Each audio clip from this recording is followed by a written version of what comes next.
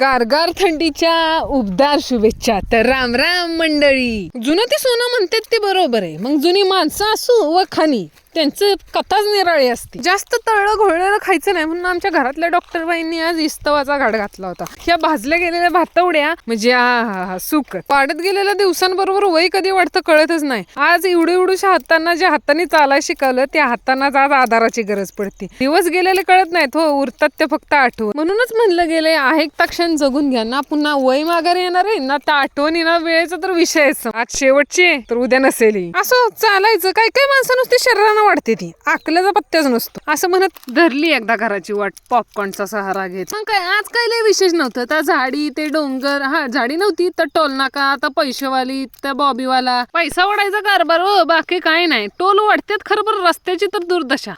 100 किलोमीटरच्या आवारात मात्र दोन्ही बाजूला फोकस मोड आणि एखाद्या ठिकाणी अंगाव आलेलं पण कळत नाही.